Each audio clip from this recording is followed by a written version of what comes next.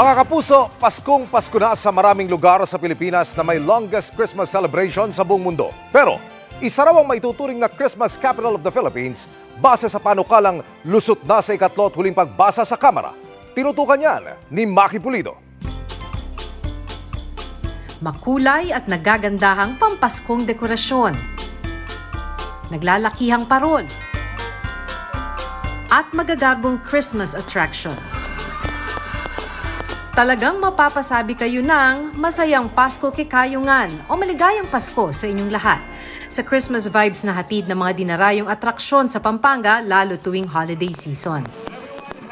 Pagpasok pa lang ng Burr months, dama na agad ang Pasko sa bansa na ginagawa pang extra special ng mga Kapampangan sa kanilang lantern making tradition. Bida ang mga tatak Pinoy na parol lalo sa taunang Giant Lantern Festival. Kaya tuloy-tuloy lang ang paghahatid nito ng liwanag tuwing Christmas season. Ngayong inaprubahan na rin sa ikatlo at huling pagbasa ng Kamara ang House Bill No. 6933 o panukalang ideklara bilang Christmas capital ng bansa ang Pampanga. Unanimous ang boto ng mahigit 200 mambabatas.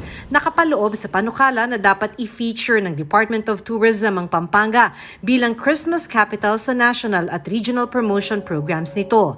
Ang ilan naming nakausap, approve at proud pa sa pagkilalang ito sa Pampanga. Siyempre masaya.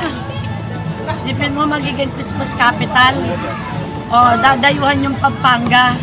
Ibig sabihin, develop na yung Pampanga. Mas maraming magiging interested sa province po natin. Mas marami pong pupuntang tourist dito. Maganda kasi dito ginagawa yung yung lantern festival. Para sa GMA Integrated News, Maki Pulido nakatutok 24 oras. Mga kapuso, samahan nyo kaming tumutok 24 oras. Bisitahin at mag-subscribe sa GMA Integrated News sa YouTube. Sa mga kapuso abroad, bisitahin ang GMA Pinoy TV at www.gmanews.tv.